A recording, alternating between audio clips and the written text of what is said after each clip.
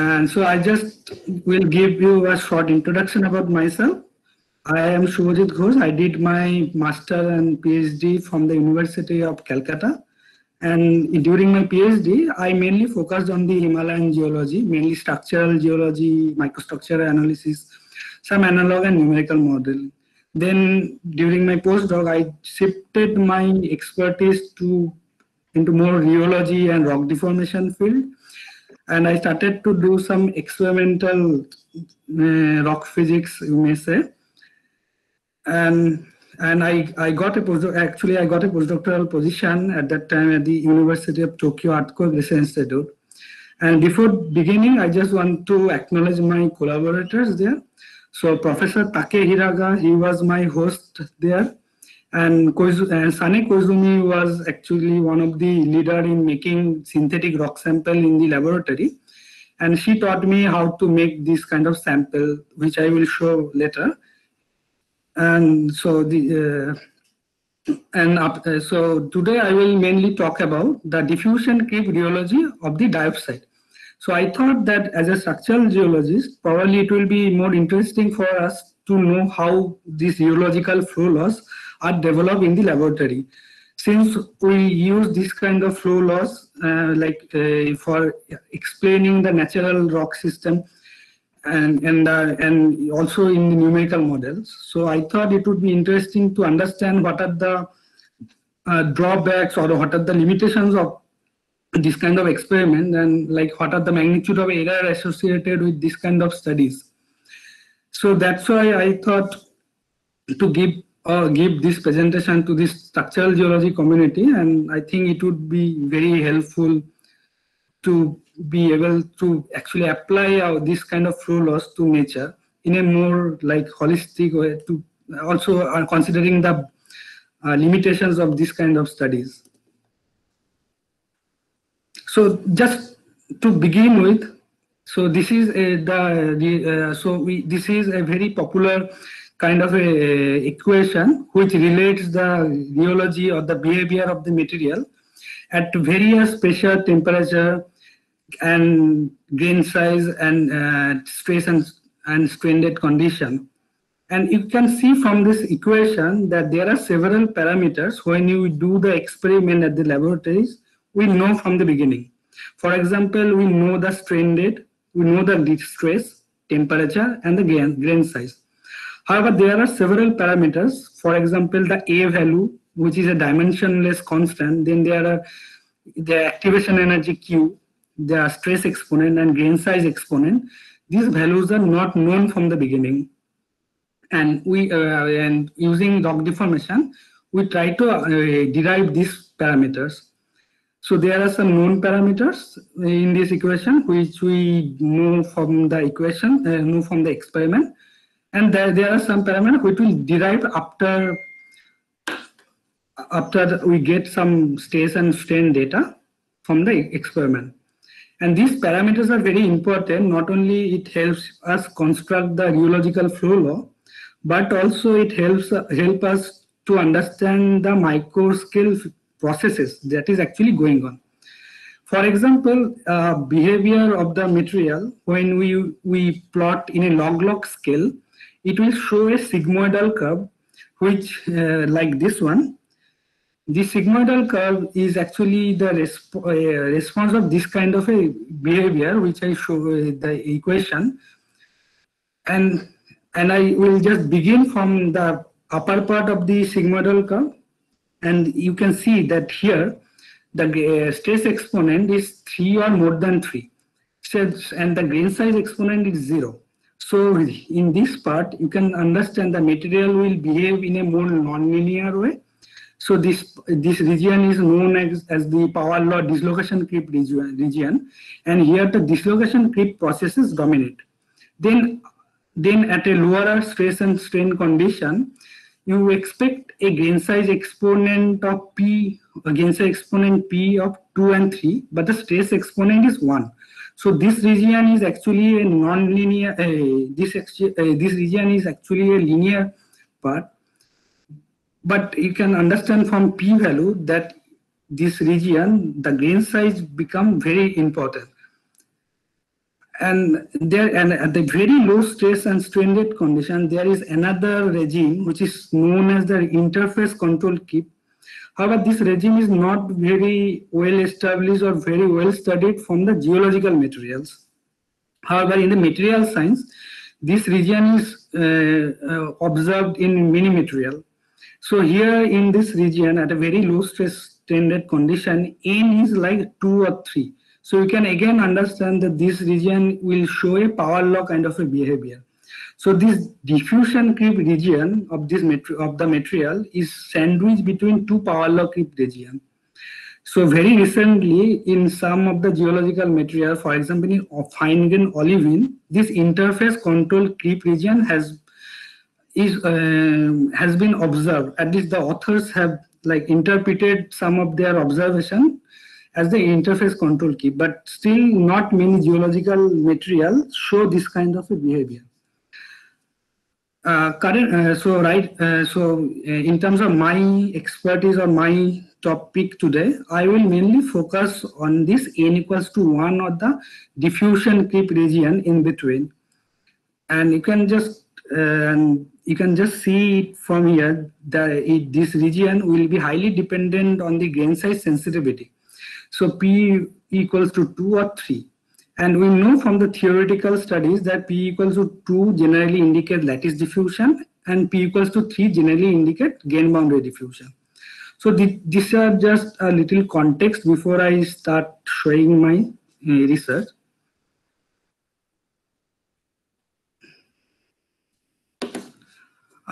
So I mainly focused on the diopside diffusion creep rheology. So why I choose diopside to focus on, the main reason is that there are lots of study on the olivine, but that because the olivine is the dominant mineral phase in the Earth-like planets or mantle, so it is like 70% of the Earth's material is dominated by the olivine. So that's why people mainly focused on the olivine. But recently there are many studies which are going on this other mineral phases like pyroxene, plagioclase, etc. Because it is now known that secondary mineral phases also have a significant weakening effect for like localize strain or to constrain the mantle flow or the bulk viscosity of a polymineralic rock. You need to understand the rheology of the second not so very voluminous minerals in the earth system. So that's why I focused on diopside here. Now there are some studies previously also on diopside. Generally there are 3 or 4 studies, but you can see from this picture that the flow law they derived from their studies or their experiment has a large discrepancy. So there are, if you can see here, the red line actually highlights the previous dry clinopyroxene or the diopside flow laws. And you can see there is more than an order of magnitude difference between these flow laws. And we try to understand why there would be such a difference between the experimental results from different labs. One of the reasons can be the variation in composition. So different group of people uses different material for their experiment. And these material mostly are the natural rocks.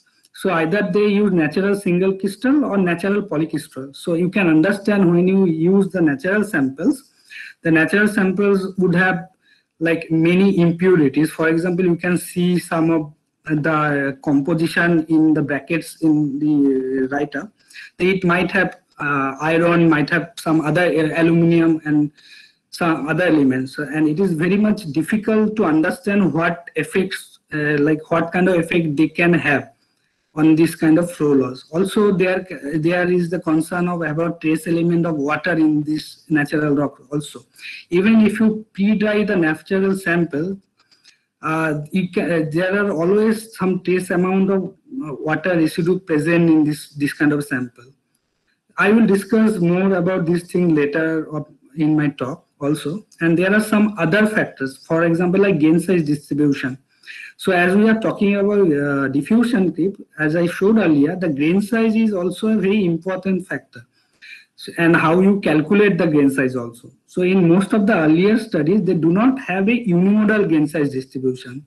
So they mostly have a bimodal or polymodal kind of a distribution. So what happened as a result of that, when they calculate a mean grain size, that grain size have a large 2 sigma or a large error of estimation. As a result, when they calculate the strain rate or something from that grain size, that should also incorporate those kind of error into their flow loss. And another factor can be the grain size measurement. For example, different group of people use different methods to use grain sizes. For example, one group of people uses optical microscope, and another group of people can use scanning electron microscope. And you can understand where the people who use the scanning electron microscope, they can calculate much finer grain sizes. As a result, the mean grain size from those groups will be much lower compared to the people who are using optical microscopy. And this kind of details I will also will talk at the later half.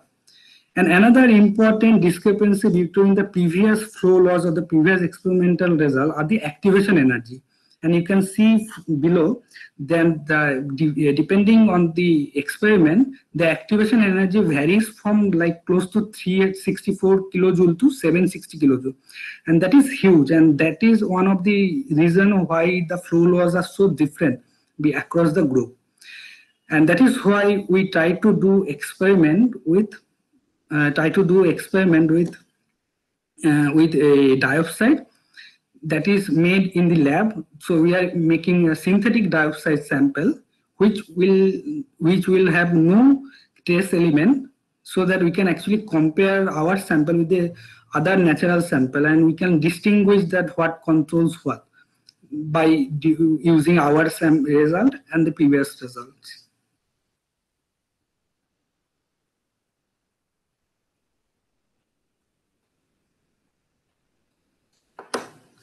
Okay, so here you can see that we synthesize two types of diopside sample.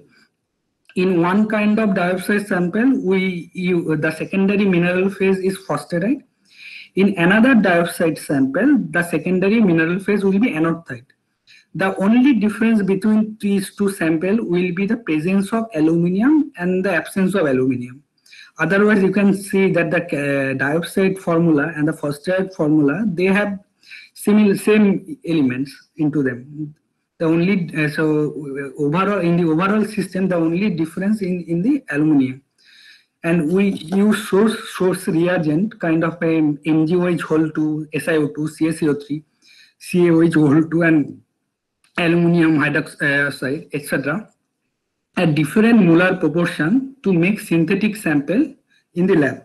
So initially what we do, you use the very fine grain powder of this reagent and mix it homogeneously in a alcohol-based solution. Then we dry this solution up and we get a powder. And then we calcine this powder at a high temperature in the presence of oxygen. Then we crush that powder into and mix it very homogeneously. And then again, we use that powder to make pellet using cold isostatic press. Then after making that pellet, we compress and sinter that pellet at a high temperature condition. So this is a very unique method of making synthetic sample.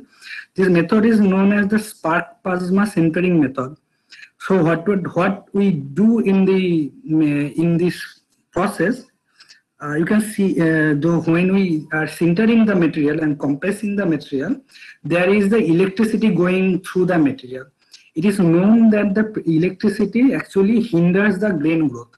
So in this way, we are able to make samples which are very fine grained. After the sintering process, we go into microstructural characterization using using same XRD, etc. methodology, and you can come up with a sample which looks like this one. So this is like our undeformed sample. So this sample is an example with a diopside with 4 volume percent of phosphatite. So you can see from the microstructure, the phosphatite grains are very well dispersed. homogeneously dispersed. But these phosphorus grains are visibly much more smaller than these large dioxide grains. So these dark color grains are actually phosphorite. And these phosphorite grains are never in contact. So that is very important to ensure that the bulk strength of this kind of a microstructure or the aggregate will be controlled by the primary mineral phase, that is the dioxide. And one thing to just note here that we use two kind of dioxide sample, as I mentioned earlier, the phosphorite and anorthite. And in the phosphorite sample, we will change the primary secondary mineral phase proportion just a little bit, like 4% to 10 volume percent. The reason why we are doing it to change the grain size and have another control on the grain size, because if you increase the secondary mineral fraction a little bit, the gain boundary pinning effect also increase, and as a result you can be able to develop grains which are like primary dioxide grains, which will be initially the grain size will vary, and this variation of the grain size will be important for us to determine the p-value or the grain size exponent, as I talked earlier. So this is, and we did some FTIR and TAME analysis of this sample just to be sure, just to make sure that our sample doesn't have any water present, and these samples are essentially melt free. So this is the objective of doing this FTIR and TAME analysis. Okay, so this is the experimental apparatus that I used in the Earthquake Research Institute. And this is the general cross section of this machine. So you can now see that from this schematic diagram that we placed a sample between these two pistons. And I don't know if it is visible or not, but there is a very small sample. You can see that is referred here as a reference sample. We put this reference sample very close to this deformed sample. So what is happening in here, this reference sample will just have the temperature history. So when we are deforming the sample, this reference sample will just get the temperature at which we are deforming this sample. However, this reference sample will not be deformed. So from this talk so far, you can guess that there will be 3 grain sizes, or there will be 3 samples for every experiment. One will be the undeformed sample and grain size. Then there will be the deformed sample and the final deformed grain size. And then there will be another. Then there will be the grain size of this reference sample. So you can consider that this reference grain sample will only record the static grain growth, that is only dependent on the temperature.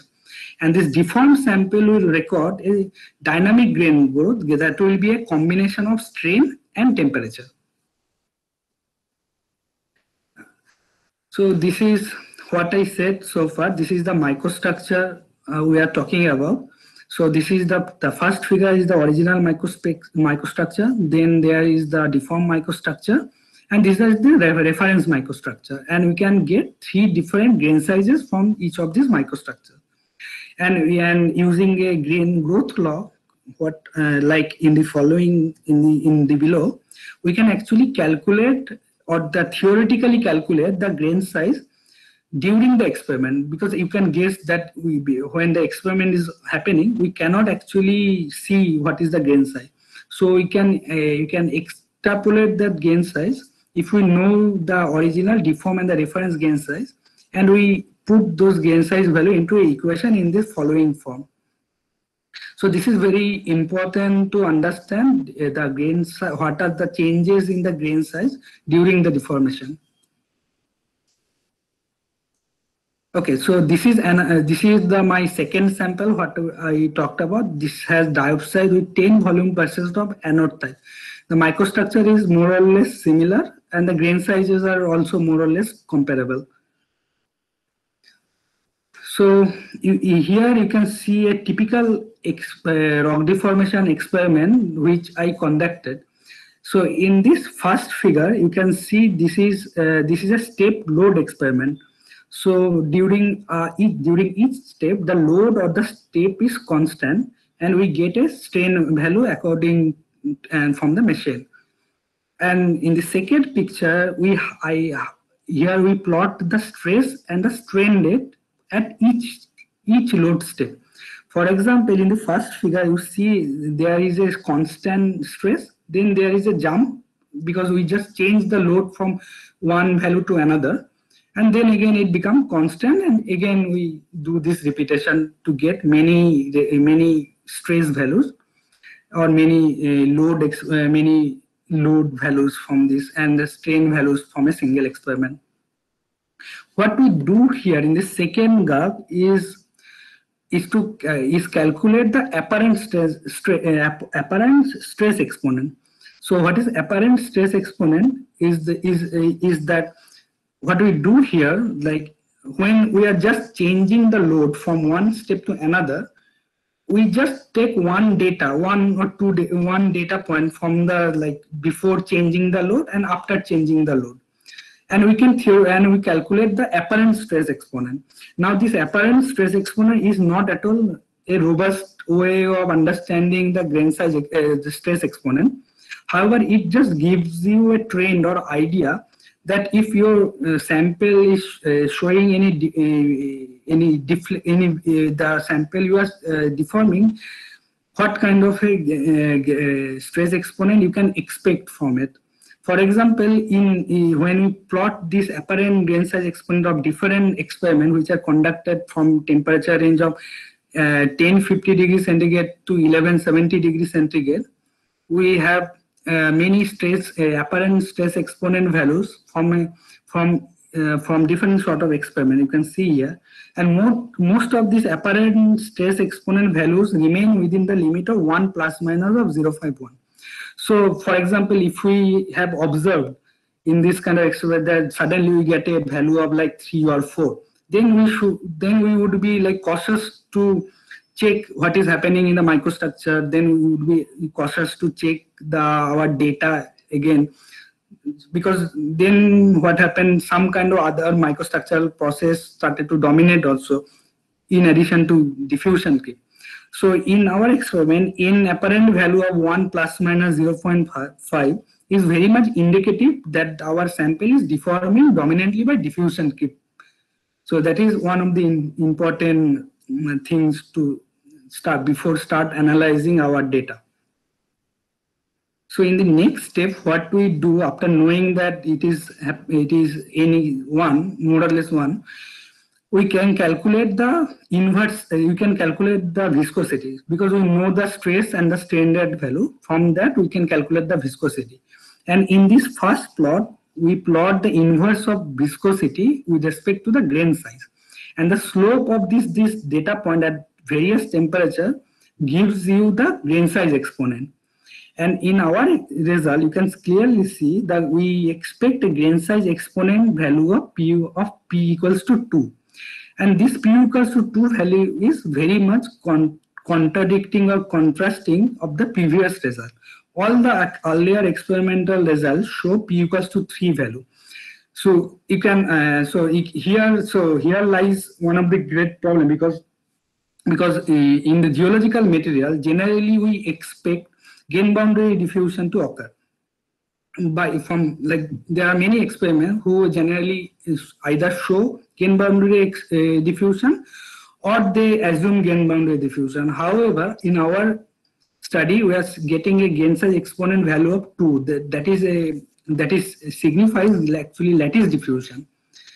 And now that as we know there's P is 2, now we can actually recalibrate our data and plot this data in a stress and strain rate plot in a log scale. And here you can see that n is 1. So it is now using this plot we can tell, or we can be sure about this stress exponent value, because the previous exponent value was apparent value and not at all very robust. So now we can make sure that the stress exponent in our experimental result is n is 1 and P is 2, and this combination of values actually indicate lattice diffusion. So in this next plot, so here what we do, we plot the straight. Sorry. So here what we do, we plot again the inverse of viscosity with respect to the inverse of temperature in a Arrhenius plot. And these data points are temperature. These data points you can see here are the temperatures or the experimental results conducted different experiment. And you can and the slope of this line or the global fit is gives you the activation energy. And from this slope we calculated an activation energy of 720 kilojoule per mole. One interesting thing here you can see is the slope of the diopside anorthite and diopside phosphoride sample is almost similar. There are minor changes, but broadly they are very much similar. And those minor, like 0.1 or 0.2 in the value, the difference in the value is within the error of the experimental error of the experiment. So, however, you can see that the diopside anorthite sample is little weaker than the diopside with phosphoride sample. Although this weakening is not very strong or not very significant, this is just approximately 3 times faster than the diopside phosphoride aggregate. So now we can actually come up with a diffusion creep flow law in the following form, as you can see below here. And this 8.01 in 10 to the minus 1 is actually the A value. And this A value comes from the intercept of this global feed on this y-axis. And so here there are 2 things to note in this plot here. One thing is the activation energy. The 720 kilojoule activation energy is really high. Like if you compare with the other silicate minerals, for example, olivine, quartz, or plagioclase, the activation energy is much lower in those minerals. So in that sense, the activation energy is quite higher in dioxide. And this is not only our observation. There was one previous study also by Hayar Majumdar et al. 2005. So they also reported a higher activation energy. So that this is, I will explain this thing at the end of my talk also, what can cause this higher activation energy and how that is actually explaining our conclusion about the lattice diffusion. And another point, as I mentioned earlier, that the 2 samples, diopside phosphoride and diopside anorthite, has only one difference, that is the presence and absence of aluminium. And we think that in the diopside anorthite sample, probably some aluminium get dissolved into the diopside during the diffusion creep experiment. And that aluminium, that dissolved aluminium can actually change the concentration of point defect across the diopside. So if you can change, and as a result of that, the creep rate is probably enhanced, although not very significantly, but enhanced. So the only difference between this diopside phosphoride and diopside anorthite sample, we believe, is in the A value. So the A value, what we get here is the 8.01 into 10 to the 19 for diopside phosphoride would be 3 times higher in case of the diopside anorthite, because otherwise everything is similar.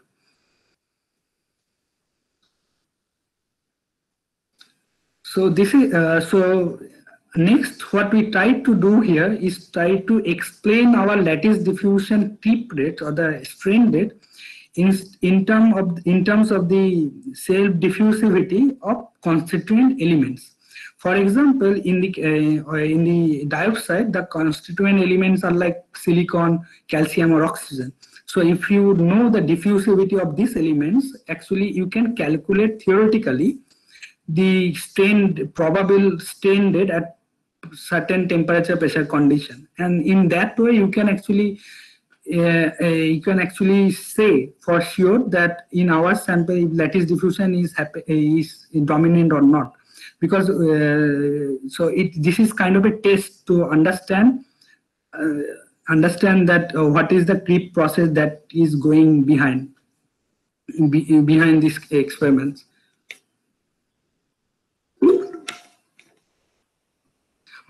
So in the another important point here is that the silicon is the slowest diffusive element in terms of silicate minerals, for example, in dioxide. And in silicate and this kind of a silicate mineral, the diffusivity of the slowest element, that is silicon, actually controls the creep rate also. So here, what we do here is we know the silicon diffusivity from earlier experiment, and we calculate the strain rate for the lattice diffusion for dioxide. And you can see from this picture here, the silicon is this sky blue kind of box point, is actually underestimating the dioxide flow law, which we established from this study by more than 2 orders of magnitude. So basically, our silicon diffusivity does not explain the creep rate at all. Generally, what happens in other papers or other studies, it never coincides like 1:1, but it generally plots very close to the original creep rate, so that you can explain the creep rate in terms of self-diffusivity of different elements. So as we see here, that the silicon cannot explain the self-diffusivity. Silicon self-diffusivity actually cannot explain the creep rates in our experiment. So that's why we try to understand that the self-diffusivity of second or the second slowest element, for example, calcium or oxygen, and try to do the similar exercise here. However, again, you can see, although faster than the silicon, but both the calcium and oxygen cannot explain the creep rate in our experimental result. And this is a little bit surprising for us, because we expected we didn't expect this kind of a difference, like 2 orders of magnitude or more than 1 orders of magnitude. So one thing, so as a result, we actually concluded that we need some future studies to understand the self-diffusivity of the dioxide. So there are several things to consider here actually. So one thing can be, these studies are very old, like more than 20 years ago. Most of these studies have been carried out. And these studies has been carried out with single crystals of dioxide, and which have some trace elements of Fe and something in them also. And another thing, when you experimented with single crystal, the crystallographic paper, the crystal, the self-diffusivity of element along one crystallographic direction may become much faster.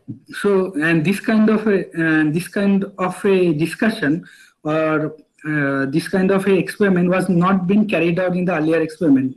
What I mean to say, that we do not know the silicon self-diffusivity values along the A-axis, B-axis, or the C-axis. They just only gave experimental result along one particular axis. Probably in the case of silicon, this was probably the C-axis.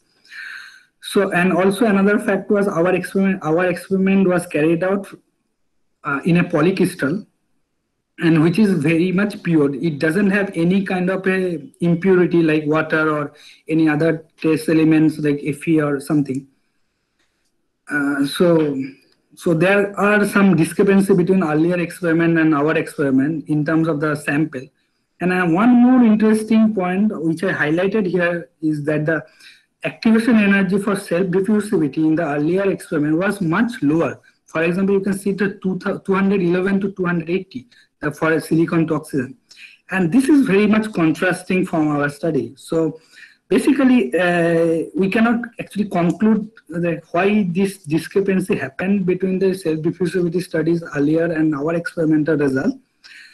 But probably to have a robust experimental result, we need to have self-diffusivity studies from the similar kind of sample upon which the creep experiment has been done. So but we cannot actually conclude what is basically the reason for this discrepancy. So I this equation, I use this equation of Navarro-Herring, but this equation is little bit modified. I haven't explained that in details very much, but if anyone is interested in this kind of self-diffusivity studies, I would recommend to go and go and study this one paper in 2000, and you will find many references there, and it will be very helpful to study the self-diffusion of different elements into different silicon minerals. Okay, so in this next part of my talk, what we will try to do here, is to compare our result with the previous experimental result. So there are actually three or four papers earlier than us who focused on the dioxide diffusion keep flow law. And there are some interesting aspects in these studies. Is like the first two studies has been carried out in the same laboratories using the same apparatus, the Bistiki, Mackwell, and then there is the Hire Majumdar et al. 2005 using the same sample also. However, they reported a vastly different flow law, as I showed you in my earlier slide. The flow laws was vastly different. Then there is another group of people who work on this similar topic, was the Dimanov et al. 2003, 2005, and then come 2007 paper. However, they use the dioxide samples, which is made of natural single crystal of dioxide powder. So you can see there are some differences in in these two kind of samples, and they again reported a strain rate value, or they again reported a flow law that is vastly different. Again, and also just note here that Dimanov et al. Also used another kind of sample, that is a Fe3 synthetic sample. So this synthetic sample is quite comparable with our sample also, and because we also made some synthetic samples. However, the process of making these samples are a little bit different than ours. So we can see the experimental results from different groups. They use different kind of samples to begin with, and as a result, and this is probably one of the reasons why their flow laws are so much different from each other. So now we will compare this experimental result in a non-dimensional stress-strained space. This non-dimensional comparison of this of the strain rate or the creep rate values from different research group is not very common in the earth science community. So, but it is used in the material science community. So what we do here, I will not explain or go into the details in the mathematics, but I will just explain the characteristic of this kind of plots. So what we do here, we take the original data reported in the earlier studies, and we normalize those values by a theoretical value, theoretical strain rate value that is derived from our equation. And in our equation, we are substituting the grain size and temperature value at which the original creep results were derived in the earlier experiment. So in this way, you can guess that the results will not be dependent on the grain size and the temperature. However, and become normalized or the non-dimensionalized because become non-dimensionalized because we are normalizing with the same thing. So in this kind of a normalization, you can see that when we are using our own data and our own flow law, this plotted over this reference line, which goes from this 1 point in the graph. So here you can see that most of the data, so this purple colored data comes from the Bistiki and Mackwell, and this triangular data comes from the Dimanov's paper. And you can see that synthetic rock samples which Dimanov have experimented with is just plotted over our data or just along this reference line. And this Bistrecki and Mackwell data, which has the experiments were performed on the natural dioxide sample, is also plotted over our sample, overlap our sample. Just as I showed also earlier that these yellow color samples are actually the dioxide anorthosite sample, which is just a little bit weaker, 3 times weaker than our sample. And just below here, this blue color triangular sample, these are also Dimonov's data, but these are from natural samples again. So here lies one of the solution of the problems which I talked earlier. That generally in the experimental rock deformation, the differences in the creep rates between the different laboratories of the group are explained in terms of the presence of the iron, Fe. So in all the earlier samples, Fe is present. For example, in the natural sample, Fe is present. And it has been explained the reason why the creep rates are different between the different laboratories is the proportion or the molecular proportion of the Fe into Fe is different among the study. Because Fe also can enhance the point defect concentration and across the dioxide grain. So as a result, it can also enhance the creep rate. So, but you can see here most of the natural sample they plotted either over our data or below our data. So that shows that none of the earlier studies showing any remarkable weakening due to the presence of Fe. And this conclusion is also made from very recently from Olivin this sample also. So very recently Yabe et al. Paper, I will just show you the reference next. That they also experimented with olivine of Fe, with Fe and without Fe. So that is a phosphated and phyllite variation of the olivine. And they find the creep rate, they didn't find any significant difference in the creep rates. A similar observation can be made from our experimental result also, if we compare our result with the earlier data. The only notable difference here you can see is the higher Majumdar et al. Data. This data is also derived from the natural rock sample. But as if you remember, I said earlier, the Bistrecki data, that is this purple color and this orange color higher Majumdar et al. Data, they use the same sample and they use the same apparatus also, but their creep rates are vastly different. And we think this difference is the result of the method by which they calculated the grain size.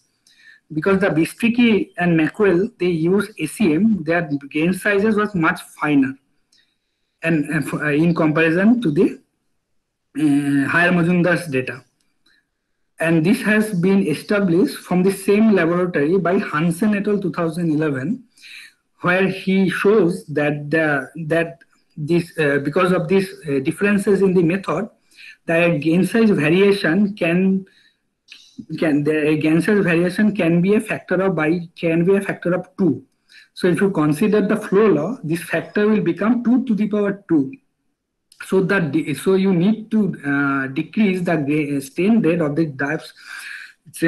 dioxide from higher Majumdar et al. Data in the order of 2 to the power 2. And you can see, surprisingly, it will just come along and overlap our data and falls just above the Bistrecki and Mackwell data. And again, it shows you that Fe does not have any significant weakening effect. And generally in the field of rock deformation, Fe is supposed to be the culprit, which is resulted in contrasting result between the different laboratories. And what we see here, aluminum does have a weakening effect, but this is not at all very significant, only 3 times, as I said earlier. So in the next plot, we again use a non-dimensional grain size versus inverse of viscosity plot here. And here what we try to understand is the grain size spread. And you can see this green data is from our dioxide and phosphorized sample. it shows a huge gain size spread, as a result of which we actually are very confident about our gain size exponent. And you can see, in contrast to our result, the earlier experimental results by like Higher Majumdar et al., the Brown or Maxwell, Bistik and Maxwell data, they doesn't have this kind of a gain size spread. And also their data is vertical, they have a significant vertical spread. As a result, you cannot be very confident about the gain size exponent that can be derived from this kind of a data. The only exception here would be this Dimanov et al. Data, which shows a significantly good, much better, at least much better gain size spread. However, simultaneously you can see that this data are also can be explained by our gain size spread, similar to our gain size spread and with a p-value of 2. So by doing this exercise with this non-dimensional plotting, we are very confident that P should also be 2 for the earlier experiments also. So and the reason, and we think the reason for this is in case of the earlier experiment, they actually inherently assume the gain boundary diffusion. That is the one point, for example. And another point would be the large error, as I said so far, large error associated with their measured gain size. Actually, this large error in the gain size measurement introduces spread in their data. So their data is little bit inhomogeneous, or it shows much more spread. So our next plot, we'll try to understand the temperature dependency of the creep rate. Now, one thing to notice here, although this is not a non-dimensional plot, this is a semi-non-dimensional plot. Here the y-axis is non-dimensionalized, but the x-axis has a dimension k. So here what we try to understand is the activation energy from different from the earlier studies also. But surprisingly, you can see here all the earlier studies can be explained by the same activation energy, and albeit there is some form of differences, but more broadly they are very much similar to our result. And what I said earlier, this triangular sample is from Dimanov et al.'s paper. They had a spread that they had a little bit spread in the data, and this spread actually comes from the grain size calculation and the error in their gain size calculation. And so from this graph we can say very strongly, and we can conclude very strongly that our experimental result, which shows a very high activation energy of 720 kilojoule, is actually can explain the creep rates of previous results also. And there is one more thing here to notice: this high activation energy is actually reported for dislocation creep of diopside. So this is very similar to the values what is reported for dislocation creep for diopside. And you know this very well, that the dislocation creep process is also very much similar to the lattice diffusion process. Both are rate controlled by the diffusion in the lattice. So as a result, it is not surprising to have a similar activation energy, and actually this high activation energy in turn supports our conclusion about the lattice diffusion creep. So if you are interested in this kind of a plotting, non-dimensional plotting, I would request you to look into this paper. I would be happy to share my research here, but my paper is still under revision. So in the meantime, I would request you, if you are interested in this kind of a plotting and comparison, I would request you to look into this paper. At the end here, so here what we do here is compare our result or the flow law with the previous experimental result of olivine, etc., this kind of a material.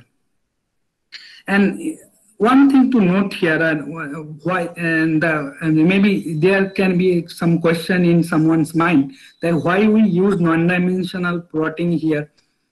And actually, if you see this graph plotting very carefully, you will understand the importance of non-dimensional plotting.